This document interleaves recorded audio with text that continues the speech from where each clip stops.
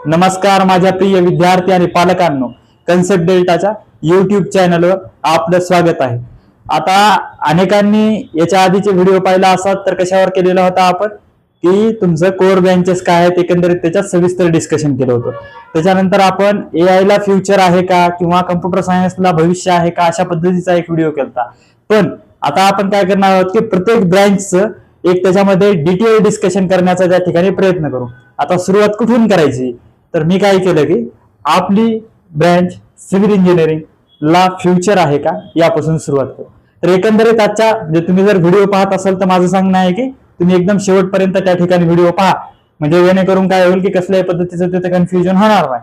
आता त्याच्यात काय पाहणार, सिव्हिल घेतल्यावर जॉब भेटतात का? सगळ्यात मोठा प्रश्न असतो की आपल्याला काय 4 वर्षानंतर जॉब पाहिजे, तर जॉब भेटतात का? पॅकेज कसे असतात, म्हणजे त्याचं ऍव्हरेज पॅकेज कुठं असतं, अपॉर्च्युनिटी कुठल्या कॉलेजेसमध्ये तुम्हाला भेटू शकते, ऑफिस वर्क आहे की मग साईट वर्क आहे। आता साधारणतः दोन्ही वर्क असतात, ऑफिस वर्क पण असतं, साईट वर्क असतं। ऑफिस वर्क कुठला आहे आणि तुमचा साईट वर्क कुठला आहे ते आपल्याला त्या ठिकाणी पाहू। मग तुमची सॅलरी जी आहे ज्याला तुम्ही पॅकेज म्हणता किंवा एलपीए म्हणतो, लॅक पर ॲनम, तर ते किती असू शकतं तर याचं एकंदर पाहू। म्हणजे टॉप कॉलेजेस म्हणजे मी जिथं सीओईपी मध्ये आहे तिथले बी आपण पाहू, आणि बाकीचे जे काही कॉलेजेस आहेत समजा जे आपल्या 5-6 पैकी पहिल्या 10 मध्ये येतात तिथं पण थोड्या बहुत प्रमाणात काय सिनेरिओ आहे त्याचंही एक जनरल डिस्कशन करू। असं डिटेलमध्ये तर काही सांगणं होणार नाही एका व्हिडिओमध्ये। आता वर्कची कंडिशन म्हणजे कुठलं वर्क असतं, साईट, आउटडोअर, आणि मग तुम्हाला लक्षातच आलं असेल की साईट वर्क म्हणलं तर काय असतं की तुमचं उन्हामध्ये पावसामध्ये अशा पद्धतीचं तिथे काम असू शकतं। गव्हर्नमेंट जॉबच्या त्या ठिकाणी कुठल्या अपॉर्च्युनिटी आहेत, आणि एकंदरीत जर सिव्हिल इंजिनिअरिंगचा घ्यायचा विचार आहे तर नेमकं मग आपल्याला माहित असलं पाहिजे 4 वर्षामध्ये एक जनरल, असं नाही की आपले हे त्याचे काही सब्जेक्ट्स आहेत किंवा काही कोर सब्जेक्ट आहेत सिव्हिल इंजिनिअरिंगचे, तर त्याच्यामध्ये मग कुठले कुठले सब्जेक्ट आहेत आणि त्याच्यामध्ये काय एक जनरल आयडिया देण्याचा मी या व्हिडिओच्या माध्यमातून तुम्हाला प्रयत्न करेल। आणि याच्यात जर तुम्ही पाहिलं आता सिव्हिल घेतल्यानंतर जॉब मिळतात का, सगळ्यात मोठा प्रश्न आहे। विशेषतः आपण काय करतो की सीएसआयटी आणि त्या ठिकाणी मग तिथं पण पाहिलं तर एक बऱ्या प्रमाणावर जॉब आपल्या ठिकाणी आपल्या इकडे भेटतात, पण सिव्हिल सारखी ब्रँच असेल तर मग तिथं काय राहतं की तुमची जॉब अपॉर्च्युनिटी आपल्याला कॉलेजेसमध्ये फार कमी दिसते। असं नाही की तिथं म्हणजे आता तुम्ही जर पाहिलं असेल एकंदरीत आपल्याकडे बऱ्याच जागी काय होतं की कन्स्ट्रक्शन, म्हणजे कन्स्ट्रक्शन जागोजागी तुम्हाला दिसतील। शहरी भागात गेले तिथेही तुम्हाला मोठ्या प्रमाणावर कन्स्ट्रक्शन दिसतील, मेट्रो आहेत, कुठं मोठमोठे ब्रिज बांधले जात आहेत, काही आता पुणे मुंबईला लिंक करणार मिसिंग लिंक सारखं हे असेल प्रोजेक्ट असेल, तर गव्हर्नमेंटचे मोठमोठे प्रोजेक्ट आहेत, गव्हर्नमेंटचे सुद्धा आहेत, काही प्रायव्हेट पण मोठमोठ्या तुमच्या अपार्टमेंट्स आणि त्या पद्धतीचं इन्फ्रास्ट्रक्चर आता उभं होते। तर मग असं कसं होणार की तुम्ही जर म्हणलात आता फ्युचर आहे का, तर या ब्रँचला तर फ्युचर असणारच, पण मग ते कशा पद्धतीने फ्युचर असू शकतं काय तर एकंदरीत तसं पाहिलं पाहिजे। आता जॉब मिळतात का, जॉबच्या जर सिनेरिओ पाहिलेत प्रायव्हेट जॉबच्या, तर इथे प्रायव्हेटच्या याच्यामध्ये तुम्ही जर टॉप कॉलेजेसचा विचार केला, सीओईपी सारख्या ठिकाणीचा विचार जर केला तर त्या ठिकाणी तुम्हाला काय होऊ शकतं की तिथं तुम्हाला जॉब भेटतात म्हणजे आता आमच्याच क्लासचा जर तुम्ही एकंदरीत सगळा सिनेरिओचा विचार केला, ज्यांनी अप्लाय केलं त्या बऱ्यापैकी एक 5-6 जण जर सोडली तर त्यांना काय झालं की बाकीच्यांना त्या ठिकाणी ज्यांनी अप्लाय केलं होतं कंपनीसाठी त्या ठिकाणी लागलाय जॉब। पण त्याच्यात कोरला पण गेलेले काही स्टुडंट आहेत, काही टेक म्हणजे की तुमचं इतर समजा मॅनेजमेंटच्या किंवा बँकिंग अशा वेगवेगळ्या कंपन्या ज्या आहेत फायनान्सच्या त्या ठिकाणी गेलेले। तर असं तुम्ही जर टॉप कॉलेज सीओईपी भेटत असेल किंवा मग व्हीजेटीआय भेटत असेल, त्यानंतर वालचंद कॉलेज सांगलीचं जे आहे आपलं ते भेटत असेल, इव्हन कराड गव्हर्नमेंट भेटत असेल, तरी पण तुम्हाला तिथे काही जॉब अपॉर्च्युनिटी सिव्हिल सारख्या विषयामध्ये तिथे तुम्हाला भेटते। सांगायचं तात्पर्य की आणि विशेष पुढे पण त्याचे काही फायदे असतात। आता काही जणांचं काय ठरलेलं असतं की पुढे एक पॉईंट आपण कव्हर करू, बाकीच्या जे कॉलेजेस आहेत तिथे तुम्हाला मग काय होईल की जॉब तिथे भेटणार नाही। मग जॉब भेटणार नाही तर मग इतर काही अपॉर्च्युनिटी असतील, त्या अपॉर्च्युनिटी कुठल्या आहेत तर काही जणांचं कसं असतं की कुठलंही कॉलेज समजा त्यांना सिव्हिल घ्यायचं असतं, त्यांचं ऑलरेडी घरच्यांकडून माहीत झालेलं असतं की याच्यात गव्हर्नमेंट जॉबचे मोठं आता कुठले गव्हर्नमेंट जॉब असतात काय ते आपण एकंदरीत पुढे पाहू। असा जर काही गव्हर्नमेंट जॉबचा विचार असेल तर मग तुम्ही सिव्हिलचा विचार करू शकता। मग तुमचं कॉलेज काही त्या ठिकाणी जास्त मॅटर करत नाही, आणि त्याच्यासोबत तुम्हाला जर एक प्रायव्हेटमध्ये जायचं असेल तर मग चांगल्या कॉलेजेसमध्ये जर गेलात तर फक्त इतकं आहे की या ब्रँचचं जर एकंदरीत कंडिशन पाहिली तर मेकॅनिकल सिव्हिल ह्या ब्रँच आहेत, तर इथं तुमचं ऑफिस वर्क नाही, कॉर्पोरेटचं हे नाही, त्याच्यामुळे काय आहे की तुम्हाला तिथं संघर्ष फार आहे, म्हणजे एवढ्या इझिली तुम्हाला आणि एक तर सॅलरी फार कमी असते, तर अशा पद्धतीचं एकंदरीत सिनेरिओ आहे। आता पॅकेज कमी असतात का, तर हा हे बरोबरच आहे की इथं पॅकेज तुम्हाला कमीच असतात. आपलं CSIT सारखं, त्याच्यामुळे आपण काय करतो की इथं तग धरून राहणारा, तग धरून म्हणजे काय, जो माणूस इथं एक जास्त बेजार होईल, जास्त काळ टिकून राहील, तर तिथंच त्याला काय होऊ शकतं, त्या स्टुडंटला तिथं चांगल्या पद्धतीचं भविष्यामध्ये ग्रोथ भेटण्याची शक्यता असू शकते. पण एवढं आपल्याकडून ते काम करून घेतलं जातं कंपनीजमध्ये आणि एकंदरीत सगळ्या विषयामध्ये, की बऱ्यापैकी स्टुडंट मग जर तुमचे कोणी असतील जवळचे, तर सुरुवात कशी झालेली असते, साधारण कॉलेजमधून असेल तर एक जवळपास 15, 20, 25 हजारापासून फार फार तर 30 हजारापर्यंत ती सुरुवात झालेली असते. आणि मग आपण जर दिवस रात्र एखाद्या विषयामध्ये द्यायलो आणि एकंदरीत 4 वर्ष एवढा खर्च करून जर आपण तिथं 15, 20, 25 हजारावर काम करत असतील, तर मग काय होतं की थोडं तुम्हाला ते सजेशन्स देतील की अरे यार लय खराब ब्रँच आहे, किंवा मग तू ही ब्रँच घेऊ नको, टेक ब्रँच घे. तर त्याच्यामध्ये तुम्ही काय की एक एक्सपिरियन्स घेऊन जर तुमच्याकडे ते स्किल्स असेल की समोरच्याला समजून सांगायचं आणि एकंदरीत आपल्याला क्लायंट्स मिळवायचं आणि त्यातून एकंदरीत आपला स्वतःचा काहीतरी व्यवसाय करायचा, तर तशी माणसं मग काय होतात की एक लॉंग टर्म मध्ये एक्सपिरियन्स, एक 3-4 वर्षाचा, 5 वर्षाचा तिथं तुम्ही कन्स्ट्रक्शन साईटवर एखाद्या कंपनीकड किंवा मग एखाद्या बिल्डरकड, त्या ठिकाणी तुमच्या आसपासचे जे काही हे असतील, छोटे मोठे इंजिनियर्स असतील, तर त्यांच्याकडे घेऊन काय होतं की मग तुम्ही तुमचा स्वतःचा व्यवसायही त्या ठिकाणी करू शकता. आणखीन काय की ऑफिस वर्क की साईट वर्क, आता सगळ्यात मोठा विषय याच्यात. ऑफिस वर्क नाही, तुमचं ऑफिस वर्क असतं असं नाही की नाही, पण त्याच्यामध्ये असतं तुम्ही जर मोठमोठ्या ज्या कंपनीज आहेत ज्या सिव्हिलमध्ये काय करतात, टाटा प्रोजेक्ट्स आहे जे सिव्हिलमध्ये काम करतं, तुमचं अदानी सुद्धा सिव्हिलमध्ये करतं, पण आदित्य बिर्लाचं पण सिव्हिलमध्ये आहे, त्याच्यामध्ये पण आहे. बरेच काही गव्हर्नमेंटचे सुद्धा हे आहेत की जे ऑफिस वर्कवाले त्याच्यात. आता जे काही ह्या कंपनीचे नाव घेतली त्याच्यामध्ये काय होतं की तुमचं ऑफिस वर्क म्हणजे तुम्हाला कुठले तरी सॉफ्टवेअर बेस समजा की डिझायनिंगच्या विषयामध्ये असेल किंवा मग स्ट्रक्चरलच्या विषयामध्ये असेल, की तुम्हाला फक्त तिथं त्या विषयामध्ये मॅनेजमेंटच्या विषयामध्ये असेल, तर अशा ठिकाणी तुम्हाला ऑफिस वर्क असतं. पण जे साईटवर सुद्धा काम करणारे भरपूर सारे असे इंजिनियर असतात, ते साईट इंजिनियर म्हणून काम करतात, तर त्यांच्याही जॉब असतात. आणि त्याच्यामुळे काय होतं, सुरुवातीला तुम्हाला तशा फेजमधून तुम्ही जाता, हळूहळू जर तुम्ही स्किल्स अपडेट करत गेलात तर एक भरपूर वेळ लागतो. म्हणजे एवढं इझिली नाही की बाकीच्या ब्रँच सारखं की सुरुवातच एक 5-6 लाखापासून झाली CSIT सारख्या आणि त्याच्यानंतर डायरेक्ट तुम्ही स्विच मारलं की 1, 8, 10, 15, 20 लाख, पुन्हा काही जण आणखीनच पुढे गेलात तर ते जास्त पण होईल. तर तेवढ्या मोठ्या प्रमाणावर इथं काय असते की ग्रोथ नसते, ही वस्तुस्थितीच आहे. आता सॅलरी घेतला तर तुम्ही जर COEP सारख्या जर कॉलेजमध्ये, टॉप कॉलेजमध्ये पण याची सॅलरी काय असेल तर एक 6 ते 6.5 लाख तुमचं तिथे काय जातं, ऍव्हरेज जातं. त्याच्यामध्ये जे हायर पॅकेजेस असतात म्हणजे 15 लाख, 12 लाख, 14 लाख, तर ते तुमचे कशामध्ये असतात की मॅक्झिमम एखादं त्याला अपवाद असू शकतं, पण मॅक्झिमम ते तुमचे इतर विषयात असतात. म्हणजे की तुमचं बँकिंगच्या विषयामध्ये किंवा मग मॅनेजमेंटच्या विषयामध्ये किंवा मग इतर ज्या काही कंपनीज कॉलेजमध्ये टेकमध्ये आलेल्या असतात त्याच्यात जर अप्लाय केलेले असते सिव्हिलच्या विद्यार्थ्यांनी, तर त्या ठिकाणी त्याला तिथं मोठ्या प्रमाणावर पॅकेज झालेलं दिसतं. पण ऍव्हरेज जर ओव्हरऑल जर सिव्हिलच फक्त पाहिलं तर ते तुम्ही जर विचार केला तर टॉप कॉलेजेसमध्ये सुद्धा एक 6 ते 6.5 लाख याच रेंजमध्ये तुम्हाला तिथे भेटतं. आणि काम सांगायचं तर काम भरपूर असतं, काही फील्ड वर्क पण असू शकतं आणि बाकी जे सॉफ्टवेअरचं इतर काही बोललो तर ते तुमचं काय असतं ऑफिस वर्कच्या विषयामध्ये येतं. तर एकंदरीत असं आहे. आणि साधारण जर तुम्ही घेतलं Tier 2 चे कॉलेजेस तर तिथे तुमचं पॅकेज काय असेल की एक 3 लाख 4 लाखाच्या आसपासच समजा असेल, त्याच्यापेक्षा जास्त मग तुम्हाला तिथं म्हणजे पॅकेज नसेल. पण एक लॉंग टर्म साठी जर तुम्ही विचार केला तर ते फायद्यामध्येच राहतात, असं नाही की त्याच्यामध्ये नुकसान राहतं. सुरुवातीला काय म्हणतात ते एक त्या याच्यामध्ये तापून किंवा मग त्याच्यात घडून माणूस एक परफेक्शन आलं की मग स्वतःचा बिझनेस असेल किंवा स्वतःच्या काही आयडियाज असतील तर अशा विषयात इम्प्लिमेंट करून बरेच जण तुम्हाला सिव्हिलच्या विषयात एक सुरुवातीला काहीतरी फार छोटं होतं, त्याच्यानंतर फार असं त्यांनी स्वतःचं एकंदरीत साम्राज्य निर्माण केलं बिझनेसच्या विषयामध्ये. तर असं बरंच काही असतं. आता वर्किंग कंडिशन काय आहे तुमची, म्हणजे अनेक जणांचं राहतं की आम्हाला ऑफिसमध्येच काम करायचं. म्हणजे काय की बहुतांश आपल्याकडे मुलींसाठी पालक काय करतात, तशामुळे कुठल्याच विषयात कमी नाही, पण थोडं राहतं की बा साईटवर नको, मग आम्हाला काय पाहिजे, ऑफिस वर्कच पाहिजे.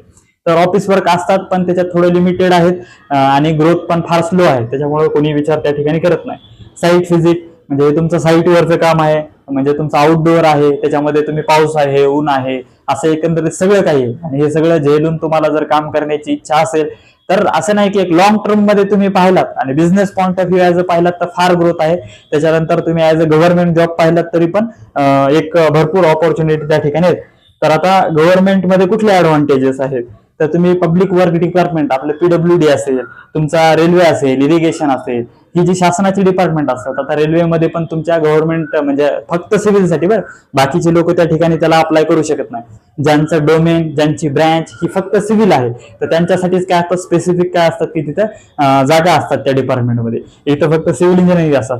आता तुम्ही पाहिलं तर एन्व्हायरमेंटच्या रिलेटेड जे काही डिपार्टमेंट आहेत, तर तिथे बी काय की तुमचे सिव्हिल इंजिनियर्सच त्या ठिकाणी तिथं अप्लाय त्या एक्झामला करू शकतात. आणि एकंदरीत सगळे सब्जेक्ट्स आणि हे सगळं मग ते सिव्हिलशी निगडीतच असतं. MPSC सारखे घेतलं तर तुमचं प्री काय असते की सगळ्यांसाठी कंबाईन असते, आणि मेन्सच्या विषयामध्ये जर तुम्ही गेलात तर मग त्या ठिकाणी काय होतं की तुम्हाला काय येतात, बाकीच्यांना काय होतं, जे नॉर्मल वाले आहेत त्यांना मग वेगळे सब्जेक्ट्स येतात, आणि आपल्याला जे असतात समजा तर ते टेक्निकल सब्जेक्ट येतात. आता याचं एकंदरीत सगळे जे डिस्कशन आहे चांगलं ते आपण पुढे करूच. समजा आता सिव्हिल, आता जर कोणाला सिव्हिल घ्यायचं तर मग त्याच्यामध्ये कुठले सब्जेक्ट, आता काय याचं फार लगे हे कोअरचे सब्जेक्ट आहेत त्याचे, आणि त्या कोअरच्या सब्जेक्टनुसारच तुम्हाला काय असतं की जॉब रोल असतो. आता स्ट्रक्चरल इंजिनिअरिंग, आता स्ट्रक्चरल मध्ये जर काही जण काय करतात की स्ट्रक्चरल मध्ये ज्यांचं म्हणजे मास्टर्स झालेलं असतं, बऱ्यापैकी त्यांचं नॉलेज असतं, तर त्यांना काय केलं जातं कंपनीमध्ये स्ट्रक्चरलचा एक, आता तुम्ही जर पाहिला असाल आपल्या गावाकडे छोटी छोटी गावाकडे किंवा तुम्ही आसपासची घरं पाहिली, ते फार काय असतात की छोटी असतात, पण जेव्हा हाय राईज बिल्डिंग बांधतो त्यावेळेस स्ट्रक्चरलचा मोठ्या प्रमाणावर त्या ठिकाणी यूज होतो. स्ट्रक्चरल म्हणजे काय की तुमचं जे बीम असेल, कॉलम असेल, त्याची स्ट्रेंथ असेल, तर ते त्याची लोड कॅपॅसिटी असेल, असं एकंदरीत सगळं जे काय आहे तुमचं स्ट्रक्चरल मध्ये येतं. म्हणजे कॅल्क्युलेशनचा पार्ट, त्याचे डायमेन्शन्स काय असले पाहिजे बीमचे, त्या कॉलमचे डायमेन्शन्स काय असले पाहिजे, तर हे कशावर, तर त्याच्यावर आपण किती म्हणजे काय हे तयार करणार आहेत, फ्लोअर टाकणार आहेत, तर त्याच्यानुसार मग आपण काय करतो की त्याची लोड कॅल्क्युलेशन आणि एकंदरीत सगळं पाहतो. आता सर्वे म्हणजे काय की कुठलंही कन्स्ट्रक्शन समजा तुम्हाला करायचं, एकंदरीत त्या भागाचा तुम्ही सर्वे केला पाहिजे की तिथे त्या गोष्टी पॉसिबल आहेत का. आणि एक जनरल सांगतोय बरं, त्याच्यात बरंच काही ते स्पेसिफिक एक त्याचं डोमेन आहे, समजा सब डोमेन आहेत सिव्हिल इंजिनिअरिंगचे, स्ट्रक्चरल, सर्वे, आणि त्याच्यानुसार तुमचे जॉब रोल सुद्धा फ्युचरमध्ये असतात. आता कॉन्क्रीट टेक्नॉलॉजी म्हणजे काय की तुमचं आता काय कॉन्क्रीटचे जर समजा क्वालिटी किंवा त्याचं हे जर एकंदरीत सगळ्या ज्या टेस्ट असतात त्याच्यामध्ये, कॉन्क्रीट म्हणजे जे काही तुमचं मटेरियल आहे त्यांच्या टेस्टिंग आहे, तर जितकं चांगलं आपण ते काय करावं लागतं की आता असं नाही जमत की प्रमाण असतं त्याचं की सिमेंट किती टाकायचं, पाणी किती टाकायचं, कोर्स ॲग्रिगेट किती टाकायचे, फाईन ॲग्रिगेट किती टाकायचे, असं एकंदरीत जे काही येईल तुमचं ते काय की तुमचं कॉन्क्रीट टेक्नॉलॉजी येईल. ट्रान्सपोर्टेशन, आता तुम्ही ब्रिज पाहिले असाल, रेल्वेचे रोड पाहिले असतात, रेल्वे ब्रिज असेल, तुमचं रोडचे कन्स्ट्रक्शन असतील, मोठमोठे तुमचे आता शक्तीपीठ महामार्ग, हे ते गव्हर्नमेंटचे मोठमोठे जे प्रोजेक्ट येतात, एक्सप्रेस वे, तर ते सगळे टनल, म्हणजे आता जर तुम्ही मिसिंग लिंकचा प्रोजेक्ट पाहिला तर तो पण पूर्ण काय येतो की तुमचा त्याच्यामध्ये तर जवळपास सगळेच येतात, बाकीच्यांचा पण यूज होतो. पण हे ट्रान्सपोर्टेशन इंजिनिअरिंग त्याचे रूल्स, म्हणजे आता या सब्जेक्टमध्ये काय असेल तुमचं, काही मॅथमॅटिक्स असेल, काही प्रॉब्लेम्स असतील, बऱ्यापैकी थेरी पण असेल की तुमचे रूल्स जे असतात गव्हर्नमेंटनं तयार केले की इतक्या भागामध्ये तुमची गाडी चालली पाहिजे, सेफ्टीसाठी वेगवेगळा झोन असतो, त्याचे सायन्स, हे असं बऱ्यापैकी तिथं ट्रान्सपोर्टेशन इंजिनिअरिंग मध्ये. आता एन्व्हायरमेंटल म्हणलं तर काय येतं, आपली हवा येते, पाणी येतं, आणि एकंदरीत हा सगळा भाग येतो. तर त्याचं जे काही असेल त्याच्या डिपार्टमेंटमध्ये सुद्धा एन्व्हायरमेंटलच्या विषयामध्ये सुद्धा तुम्ही काय कोण काम करतं, तर तिथं सिव्हिल इंजिनियर्सच काम करतात. आता जिओ टेक्निकल तुम्ही जर पाहिलं असाल की पुण्यामध्ये काय झालं की तुमचा मेट्रोचा एक रूट गेला समजा, तर आता मेट्रोचा रूट गेला तर काय आहे की तुम्हाला ज्या भागामधून ते, आता काही जागी अंडरग्राऊंड मेट्रो आहे, तर काही जागी वरतून आहे, वरून जर मेट्रो गेली तर त्याचे मोठमोठे पिलर्स त्यांनी टाकले, तर पण ते एकंदरीत सगळा लोड आणि त्या पिलर्सचा लोड आणि वरून मेट्रोचा लोड असं एकंदरीत सगळं झालं पाहिजे. तर त्याला काय झालं पाहिजे की तुमचं खालची जी जमीन आहे किंवा तिथले खडक आहे, खाली जे खोदकाम केल्यानंतर रॉक आहे, तर एकंदरीत ती सगळं तुमचं सुटेबल असलं पाहिजे. त्याच्यामुळे काय केलं जातं की तुम्हाला जर मेट्रोचे ज्यावेळेस हे केला जातो, सर्वे केला जातो, रूट ठरवला जातो, त्याच्यानंतर जिओ टेक्निकल वाल्यांचं काम येतं की तिथं बोरिंग करून किंवा हे बोर करून तिथले सॅम्पल्स घेतात. सॅम्पल्स घेऊन ते सगळ्या एकंदरीत कंडिशन्सला, एकंदरीत सगळ्या एन्व्हायरमेंटला तिथं आपल्याला भविष्यासाठी सेफ्टी आणि सिक्युरिटीमध्ये ते व्यवस्थित आहे का नाही, योग्य आहे का नाही, त्याचं चेकिंग केलं जातं. सांगायचं तात्पर्य की ज्याच्यावर कन्स्ट्रक्शन उभं आहे तर त्याचं जे बेस आहे, ते बेस ज्या जमिनीवर उभा राहिला आहे त्याचं एकंदरीत परीक्षण निरीक्षण जे काही असेल, तर ते कोणाचं, त्या खडकांचं ते हे असेल, तर ते तुमचं जिओ टेक्निकल इंजिनिअरिंग मध्ये येतं. आता कन्स्ट्रक्शन मॅनेजमेंट, आता आपलं काय आहे की आपले छोटे कन्स्ट्रक्शन असतात, आपण पाहिलं घराचं बांधकाम करायचं म्हणलं तर 1-1.5 वर्ष तर तुमचा मिनिमम लागतो आपल्या इकडं. पण तसंच काय आहे की जर समजा बाकीचे मोठमोठे प्रोजेक्ट्स असतात तर ते प्रोजेक्ट्स व्हायला किती वेळ लागतात, एक मोठा काळ लागतो, 5 वर्षाचा 6 वर्षाचा. पण ते जर आता तुम्ही 5-6 वर्षाचा काळ घेतला तर काय होतं की सोबत सोबत तुमचं महागाई वाढते, मग कन्स्ट्रक्शनचे भाव वाढतात, म्हणजे तुमच्या स्टीलचा भाव वाढतो, सिमेंटचा भाव वाढतो, जमीन असेल तर जमिनीचे रेट वाढतात, असं एकंदरीत सगळ्याच गोष्टी होतात. त्याच्यामुळं आपला जे प्रोजेक्ट असतं प्रोजेक्टची कॉस्ट वाढू शकते. तर मग काय राहतं की ते जर मॅनेजमेंट आणि व्यवस्थित सगळ्या गोष्टी केल्या, मॅनेजमेंट केलं तर तुमचे रिसोर्सेस कमी लागतील, त्याच्यामुळे बचत पैशाची होईल, वेळेची बचत होईल आणि तुमचा एका डेडलाईन मध्ये तो प्रोजेक्ट कम्प्लीट होईल. तर ते सगळा विषय काय ते कन्स्ट्रक्शन मॅनेजमेंट मध्ये येतो. आता कन्स्ट्रक्शन मॅनेजमेंटचं आता हे प्रत्येक जे मी सांगितले तर ते तुमचं काय राहतं की एक प्रत्येकावरून जॉब रोल आहे, स्ट्रक्चरलचा जॉब रोल आहे, सर्वेचा जॉब रोल आहे, कॉन्क्रीट टेक्नॉलॉजीचा आहे, ट्रान्सपोर्ट, एन्व्हायरमेंटल, जिओटेकचा आणि कन्स्ट्रक्शन मॅनेजमेंटचा तर जवळपास मोठ्या सगळ्या जेवढ्या कंपनीज आहेत तिथे कन्स्ट्रक्शन मॅनेजमेंटचा जॉब रोल असतोच. बाकीचं तरी समजा काही कंपनीजला ते डायरेक्ट तिथं कॉन्ट्रॅक्ट देऊन त्या ठिकाणी तशा पद्धतीचे कामं ते करून घेतात. असं एकंदरीत सगळ्या गोष्टी आहेत. पण कुठलीही ब्रँच, आता एकंदरीत साधारण सांगायचं तर कुठलीही ब्रँच काय होते तर ती संपत नसते. संपत नाही म्हणजे आता तुम्ही जर पाहिलं तर इन्फ्रास्ट्रक्चर संपणारा विषय आहे का? नाही. म्हणजे जरी समजा आज होत असेल तरी पण आणखीन काय आहे की इन्फ्रास्ट्रक्चरची जुने इन्फ्रास्ट्रक्चर तिथं डेड होतात म्हणजे त्यांचे लाईफ स्पॅन संपतो. मोठमोठ्या अपार्टमेंट पूर्वी होत्या तर त्याचं आता संपलं तर त्याच्या जागी पुन्हा स्ट्रक्चर उभं राहणार आहे. म्हणजे ही आपल्या रोजच्या जगण्याशी आणि जीवनाशी निगडीत गोष्ट आहे, त्यामुळे ही कधी संपत नाही. फक्त हे कोण घेतलं पाहिजे, ज्याची संघर्षाची तयारी आहे, जो माणूस या विषयामध्ये काम करू इच्छितो किंवा स्वतःहून मग काही जणांचं बॅकग्राऊंड असेल तर ते करू शकता. गव्हर्नमेंट जॉबसाठी जर पाहिलात तर सगळ्यात कोर ब्रँचेसमध्ये तिन्हीमध्ये बी गव्हर्नमेंट जॉबच्या काही ना काही प्रमाणात अपॉर्च्युनिटी असतात. सिव्हिल असेल, मेकॅनिकल असेल, इलेक्ट्रिकल, त्याच्यामध्ये सर्वाधिक अपॉर्च्युनिटी जर कुठं असतील तर तुमच्या सिव्हिल इंजिनिअरिंग मध्ये असतात. भविष्यामध्ये जर तुम्ही गव्हर्नमेंटचा आणि एकंदरीत असा विचार असेल आणि प्रायव्हेटमध्ये जायचंय, बिझनेस पॉईंट ऑफ व्ह्यू जायचंय, तशा ॲबिलिटीज तशा क्वालिटीज असं असेल तर मग तुम्ही तसं करू शकता. बाकी जॉबच्या बाबतीत पाहिलं तर फार अशी ग्रोथ फास्ट नसते. एक लॉंग टर्म मध्ये जर पाहिलं तर त्या ठिकाणी सुद्धा व्यवस्थित चांगल्या पद्धतीची एक स्टेबल ग्रोथ तुम्हाला पाहायला मिळते. ही सगळी काय झाली की तुमची सिव्हिल इंजिनिअरिंगची रियालिटी झाली. तुम्हाला जर आता तुम्ही जर पाहिलं तर म्हणजे आता हे झालं, तुम्ही म्हणाल दादा की सगळं तर भेटलं, पण आता याच्यात काय राहतं की बऱ्याच गोष्टी डीप राहतात की तुम्हाला जे पाहिलं तर PWD मध्ये कुठल्या अपॉर्च्युनिटी आहेत, काय आहेत, त्याच्यामध्ये काय करू शकतो, काय नाही, बरंच काही जनरल डिस्कशन 1-to-1 आपण त्या ठिकाणी करू शकतो. तर आपल्या बॅच 1 प्रीमियम काउन्सिलिंगची बॅच 1 आता तिचं काम सुरू झालेलं आहे आणि तिचं एकंदरीत जे काही सेशन असतात ते सुरू झालेलं आहे. आणि आता काय झालं की ते बॅच 1चे रजिस्ट्रेशन आपले संपलेले आहे आणि आता बॅच 2चे तिथं रजिस्ट्रेशन सुरू झालेले. तुम्हाला जर एकंदरीत आता आपल्याला काय राहतं की काउन्सिलिंग म्हणजे काय तर फक्त कॉलेजेसचे आपलं पर्सेंटाईल कॅटेगरी आणि त्याच्यानुसार कॉलेजेसची लिस्ट बनवणं, हेच आपली काउन्सिलिंग आहे. पण हे तर आपण करतोच, हे जे लिस्ट बनवायचं काम आहे कॉलेजेसची तुमच्या सगळ्या एकंदरीत सिनेरिओनुसार, तर त्याचा आपण 1-to-1 सेशन म्हणजे की तुम्ही आणि मी आपण दोघंच असू तिथं, तर तिथं आपण तशा पद्धतीचं काय करतो की तुमचं काउन्सिलिंगच्या विषयामध्ये 1-to-1 घेतो. आणि बाकीचे जे गाईडलाईन्स सेशन असतील ते इंटरॅक्टिव्ह असतील की तुम्ही एक 5-50 जण त्या ठिकाणी गुगल मीटला जॉईन असतील आणि गुगल मीटला मग त्या ठिकाणी आपण काय करू, चांगले गेस्ट या विषयामध्ये, सिव्हिलच्या विषयामध्ये ज्यांनी काम करतायत किंवा ज्यांना फील्डचं नॉलेज आहे किंवा काही जण त्या विषयातून ह्या सगळ्या म्हणजे गेटची एक्झाम दिली किंवा या सगळ्या एक्झाम दिल्या तर त्यांना आपण इन्व्हाइट करून तिथली रियालिटी असं बरंच काही चांगलं डिस्कशन करू. म्हणजे ह्या गोष्टी याच्यावर पॉसिबल नाहीत युट्यूबवर, त्याच्यामुळे आपण ते प्रीमियम मध्ये टाकलेलं आहे. आणि तुम्हाला जर प्रीमियमसाठी तुम्ही इंटरेस्टेड असाल तर तुम्ही काय करू शकता, आपली वेबसाईट www.conceptdelta.in या वेबसाईटवर जाऊन तुम्ही रजिस्ट्रेशन करू शकता. आणि जर तुम्हाला आणखी प्रीमियम विषयी काय असेल काय नाही असं विचारायचं असेल तर तिथं व्हॉट्सअपचं एक लिंक असेल, त्याच्यावर क्लिक केलं तर तुम्ही रिडायरेक्ट फॉलो व्हॉट्सअपवर आणि त्या ठिकाणी तुम्हाला काही डाऊट्स असतील, काही विचारायचं असेल तर तुम्ही ते विचारू शकता प्रीमियमच्या रिलेटेड. आणि बाकी वेबसाईटचे लिंक मी डिस्क्रिप्शन मध्ये देईलच. एकंदरीत सगळ्या गोष्टी आवडलेल्या असतील तर कन्सेप्ट डेल्टा सोबत तुम्ही जोडलेले राहात. एवढंच बोलतो आणि थांबतो. धन्यवाद.